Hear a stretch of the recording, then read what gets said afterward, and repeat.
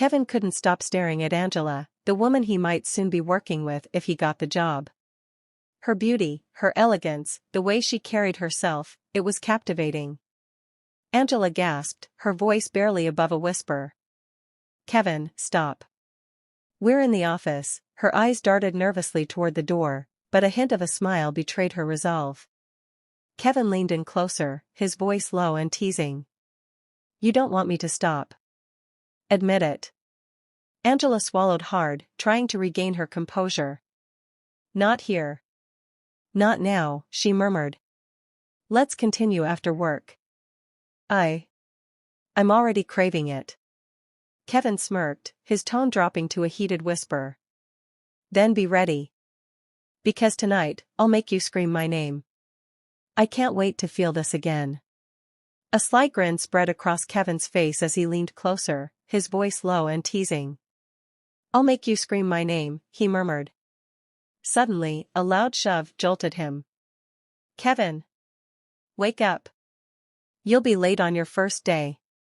Kevin's eyes flew open, his heart pounding as Dennis, his roommate, stood over him, shaking his shoulder. Disoriented, Kevin glanced around, realizing he was still in his cramped apartment. "It was a dream," he muttered under his breath, running a hand over his face. Dennis smirked. "Yeah, you seemed real into it.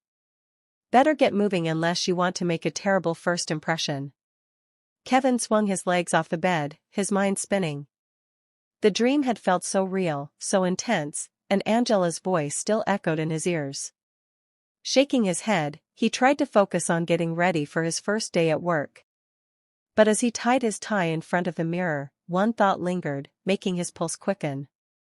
Why did it feel like more than just a dream? The story, In Love with My Female Boss, Office Romance. Episode 1, The Interview. Kevin adjusted his tie for the 100th time as he stood in front of the sleek glass building. It was his first big interview since graduating, and he was both nervous and excited. The company was a renowned IT firm, and the thought of securing a job here felt like the beginning of something great. Inside the building, Angela sat in her office, gazing at the city skyline through her floor-to-ceiling window.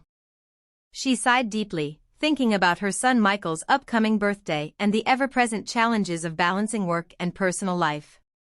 At just 35, she had built this company from scratch, overcoming immense odds, but the weight of her responsibilities was heavy. Kevin was ushered into Angela's office by Mabel, her sharp and insightful secretary. As Kevin entered, he was momentarily stunned. Angela exuded confidence and elegance in her tailored suit, her warm smile contrasting with the cold professionalism of the office. "Good morning, Kevin," Angela began, gesturing for him to sit. "Tell me about yourself." Kevin launched into a summary of his background, speaking about his time assisting his former manager during his internship, his passion for technology, and his eagerness to learn.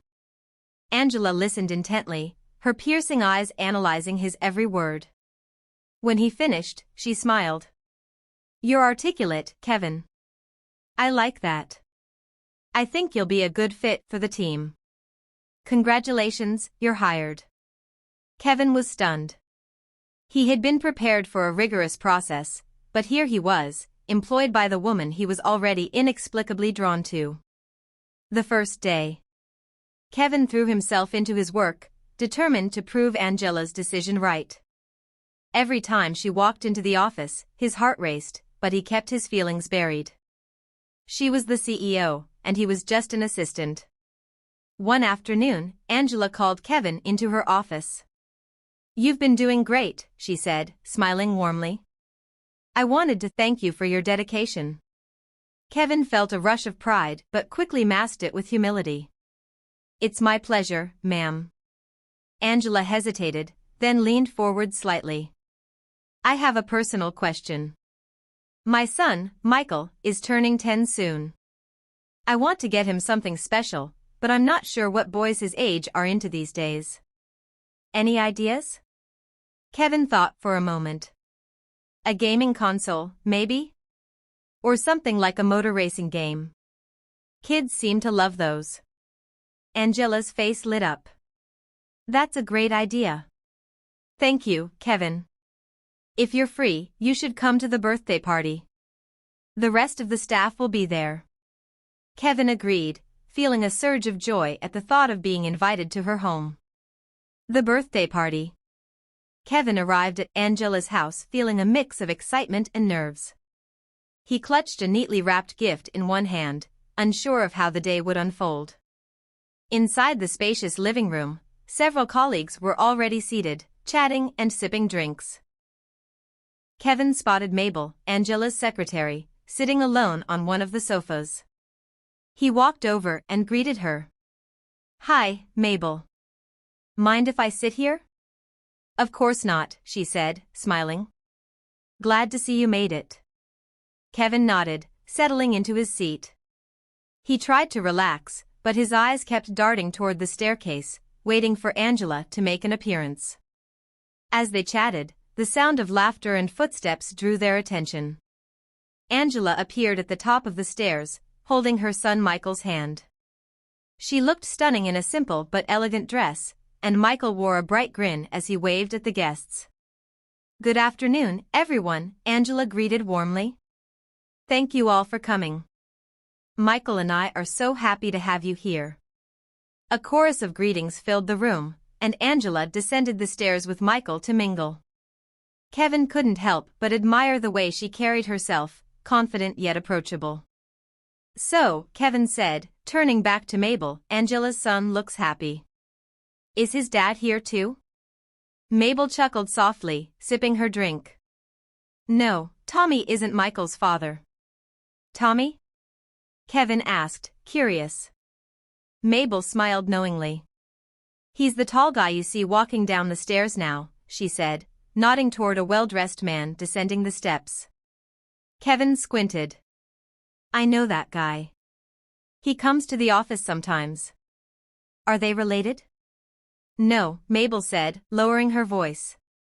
"Tommy is Angela's boyfriend, but he's also the biggest influence in our company." Kevin raised an eyebrow. "Biggest influence? What do you mean?" "Well," Mabel began, "Tommy's a freelance consultant now, but back when Angela was trying to build this company, she hired him as a marketing consultant. He brought in investors, clients, basically helped her get the company off the ground.